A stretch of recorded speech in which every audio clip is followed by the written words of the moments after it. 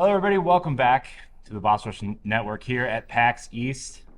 I'm your host, Corey Deering. Alongside me, as always, is PK Power, Pat Klein. Hey, what's happening? What's And- popping? It's popping. You Laurent's gotta not here. be sleeveless Sorry. for that. No, that's okay. It's too cold. What's popping? Also here, Mad Pharmacist, Stephanie Cleanmouth. In person, hey. Guys, we have another very special guest here from Gamerheads. We have Roger from Gamerheads. Hello, Roger. Fellow Wisconsin night. Wisconsin. Wisconsin's unite. Yeah. And a killer, like, it's not a name tag. It's like an actual, like, name. Everybody has these name tags.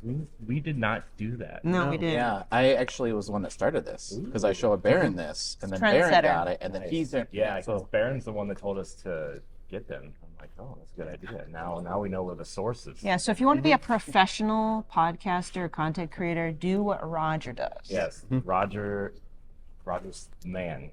So, Roger, I don't know about that. so you've been on our show before, but just in case people haven't caught up, who are you and why are you important? Yeah. Who the heck are you? Well, first of all, not that important, but I'm Roger. I host the Gamerheads podcast. We have been podcasting since 2016. This is my third PAX, and I'm really excited to be here with you guys. It's good to see you. It's weird because I feel like I've said this on every segment, but like I feel like we've all kind of known each other, interacted for so long, and now we're all kind of together. And I know they experienced it last year, but this is kind of like the only person I've ever met in Boss Rush in person was Ed, and that was like 6 or 7 years ago. So it's Yeah. crazy being here. And for behind the scenes, Ed is watching us. He's over there. We didn't let him in on this. Well, and it's funny you mentioned that. So for Pat and I, we actually met you in person last year. Yep. And coming here a second time and seeing you again, I don't know, it's a different feeling. Like, wow, we're actually growing together. Yeah. We're, I don't know, not to get all mushy and stuff. No, it's fun. It's like seeing that friend that you only see like once a year. Like family at Thanksgiving. Yeah, it's like I think but More pleasant. I You're don't not really as annoying as family. Well, thank you. I was gonna say I don't really see my family. Yeah, holidays, but You know what? I'm still really proud of proud of you for that restaurant recommendation from last year. That's how we met. Yes, that's right. I know, and it was funny because we were all sitting at the table, and I was like, "You're Stephanie." Good memories. Yeah, this is it's crazy because like it's you, and then we're meeting other people from like level 1, and I met the Iron Lords yesterday, which was awesome, and we just ran into Ben Starr at Starbucks, and I thought Stephanie was just not ever gonna come back to us. No, I'm here. It's just I won't wash my hands ever again. So It's true. So Roger, tell us a little bit about Gamerheads and like kind of what you're doing there besides hosting the podcast, because you guys do more than podcasts. Yeah. So Yeah. Well, we do a lot of reviews as well. So this is our third PAX. I was at East last year, and then I went to West as well, and then East again. Yeah, we do a lot of reviews, a lot of game reviews, a lot of interviews as well. So we'll have two different types of podcasts. I'll have like the whole cast, and then I'll do interviews with developers as well. So question: when you do reviews, do you guys have a preferred platform, or do you try to do reviews on like a mixed? yeah, that's a good question. We do mix. We probably don't do as many Steam games. I mainly review Steam games, but we'll do like Phil's a huge fan of Xbox, one of my hosts, and so he'll just like if you give me an Xbox code, I'll review it on Xbox. Got it. Nice. All right. Cool. Yeah. But yeah, those are becoming seemingly rarer these days. The Xbox codes. Yeah. But I don't know if you saw that story yesterday. But No, there was what? an idea at Xbox game that just announced that they weren't putting the game out on Xbox, and everybody was retweeting the idea at Xbox trailer on the official Xbox account. what? Yeah, they said they're focusing on PC and PlayStation 5 versions to optimize their development. What? Yeah. But it was on ID Xbox. Yeah, it was shown at the idea Xbox thing at Tokyo Game Show. Yeah, that's That's bizarre. Yeah. So it's and I've noticed like if you walk around the show floor, unless the indie developer has an idea at Xbox like sponsored logo or a Game Pass logo, none of them have Xbox logos. Really? Yeah. Oh my gosh. So, and I was talking to, I don't know if I can say who it was, but I was talking to one of the publishers down the page, and they said that their game was coming to Switch and Xbox, and I was like, I know this might not get said either lot, but thank you for putting your game on Xbox. I think it's also coming to Game Pass, TBD. But yeah, it's my favorite game of the show, so I guess you guys can piece together the content and figure it out. But yeah, and it's just like wild seeing people skip the Xbox, and I think, not to make this about Xbox because this is about you, but like just the position that Xbox has kind of put themselves in with either mixed messaging or no messaging, or maybe they're not sure of the messaging themselves. Like, it's making developers question, which is making the platform look A lot of doubt. Yeah. Interesting. Yeah. I mean, that's interesting because of the fact that they have ID Xbox, right? And then also Game Pass. And like that, to me, I think is like their biggest selling point is Game Pass. I mean, that's the only reason I got a Series S, right? Because it's my Game Pass machine. Yeah. So. And I think that's what they were hoping for, is like the hardcore Xbox fans will get the Series X, and then anybody else who is interested in Xbox games or Game Pass would get the Series S, and that'll be their Game Pass machine. And I think they were hoping that would be their Trojan horse, but it ended up, I think Game Pass, like, there's two things. They had to change the rules of the game because they were losing with the rules that were presented to them, right? And so in doing that, they've had to put themselves in this really weird position to where, yes, Game Pass is a great offer, it's a great service, but that service has to grow for them to maintain it, and it's become stagnant. It's been stagnant for 2 years, which is why they got rid of Xbox Live Gold and have made it Game Pass Core now, right? So to make it look like Game Pass is expanding, and it's really not. They're stuck at that 30 million mark, and I think that's why you're seeing some of these games you wouldn't necessarily relate with Xbox move to other platforms, or these older games to other platforms to try to make up for the lack of Game Pass subscription. Yeah, that's interesting. I suppose like there's only so much market at some point, right? So yeah. So what do you primarily play on, Roger? Nintendo Raj would yeah. So I would say like the Switch is probably Your big one? that's probably my go-to console. do you play Steam on the deck or a PC? I want to get a deck. Yeah, it's just PC right now. But that is my next big purchase is going to be the OLED Steam Deck. So I was like, I'll sell you mine, but mine's the original version.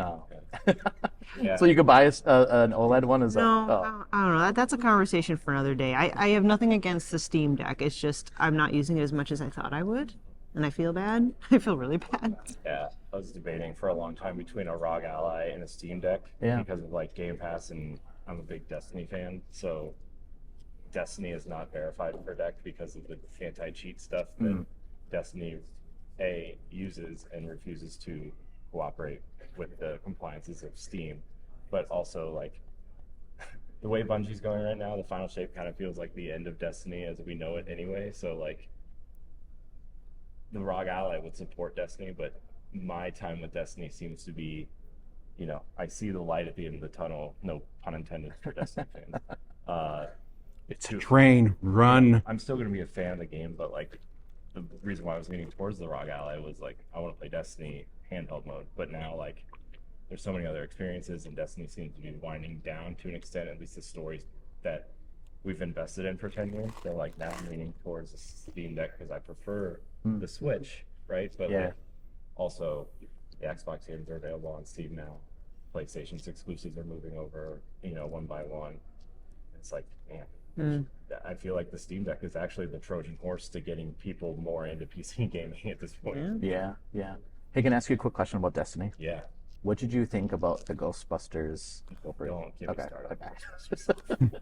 Because isn't that weird? I think a lot of the crossover stuff with Destiny has been weird. I think the only one that makes complete sense was the Mass Effect one, because space magic, it works. Sure. Guys, right?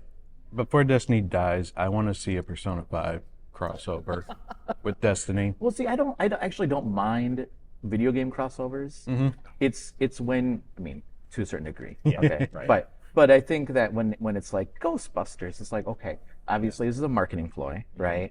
But Sony owns Ghostbusters. in Sony else goes right. It's just It's weird. it's weird. Well, it's so I thought the weird one was the Assassin's Creed crossover, and like they put the Assassin's Creed armor in Destiny, and you could play as Destiny characters in Assassin's Creed Valhalla. They put War What? Sax and Saint 14 in What?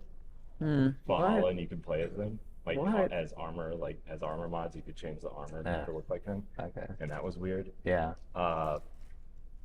And then there was the Witcher crossover, and then they had the Sony crossover, which was weird, but the Warlock set was Ghost of Tsushima, and that looked really sick. That's cool. And so I'm like, okay, these are starting to pan out, but then you get the Ghostbusters thing. I'm like, oh my god, this is so stupid. And it's not like it's cheap either. It's like $30. Yeah. It would be one thing if it was like a single player game and you're like, I don't have to get that skin. But when you're walking around and you see people wearing Ghostbusters attire, I think that's Well, weird like, to me.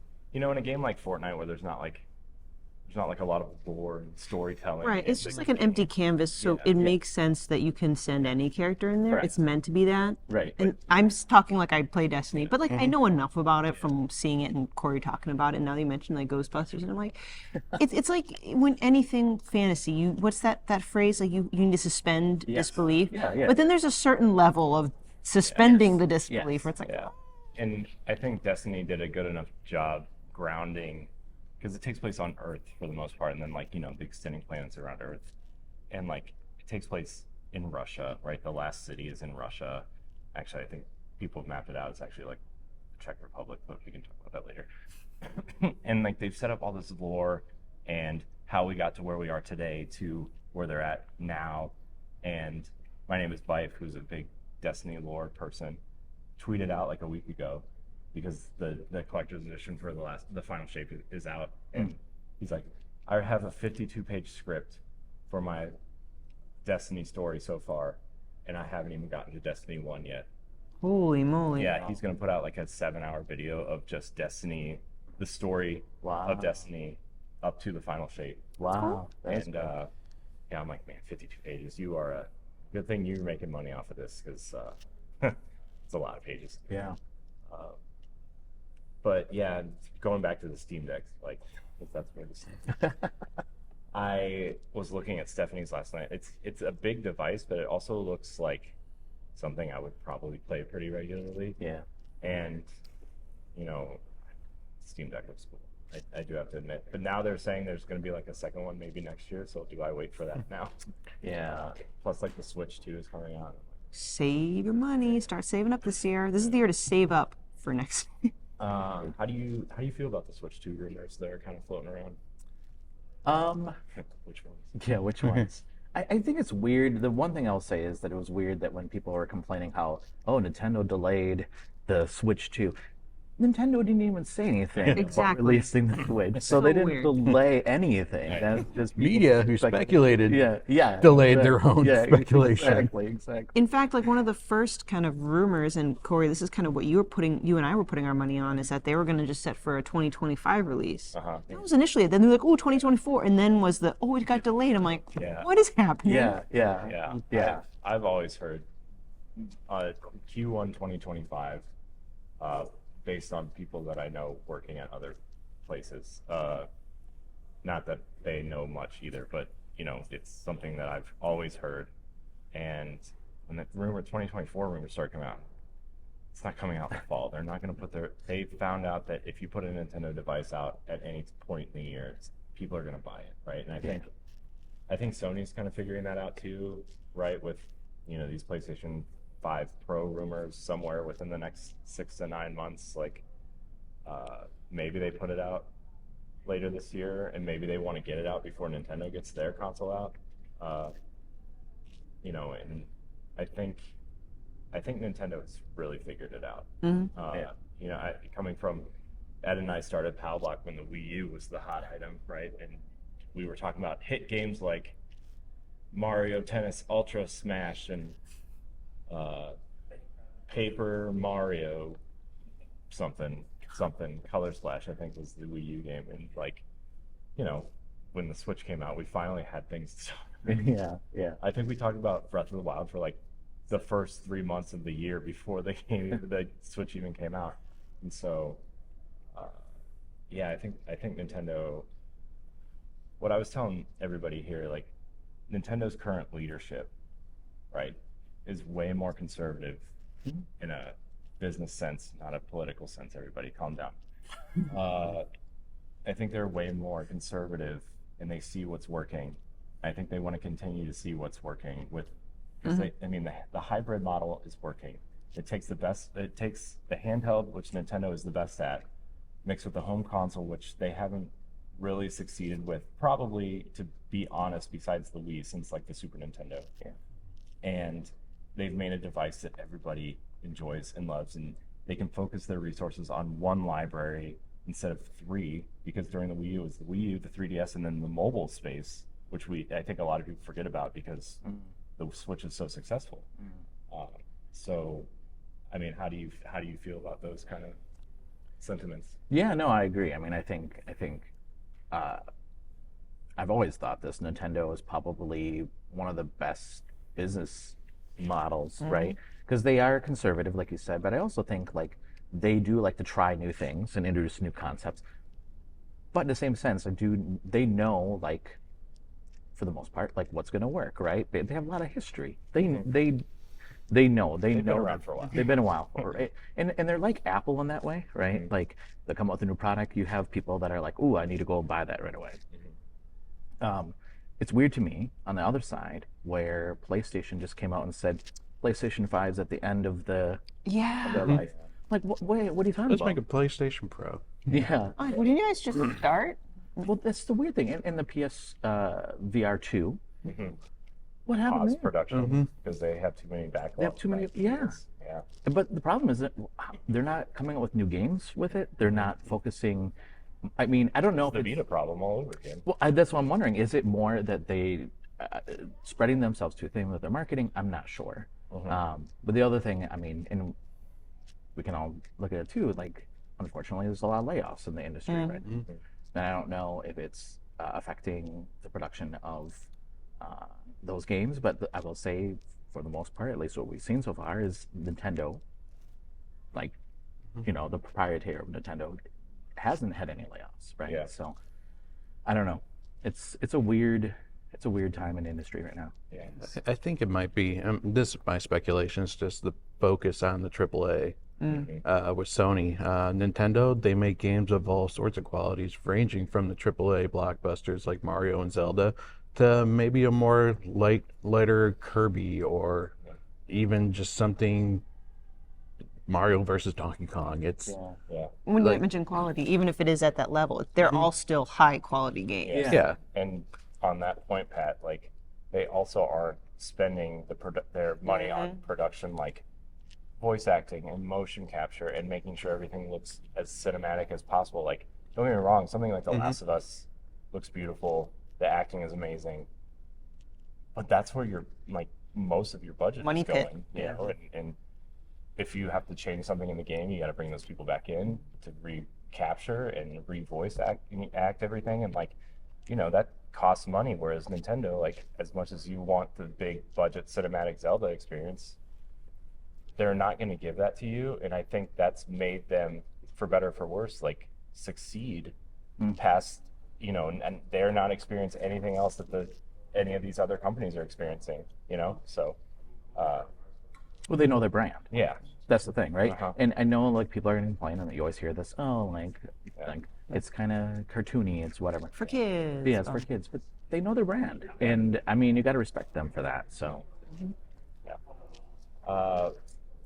Before we round things out, I don't want to interrupt you. Yeah, no, go. What are some of the most the things that you're most excited to see or have seen since yesterday at PAX? Yeah.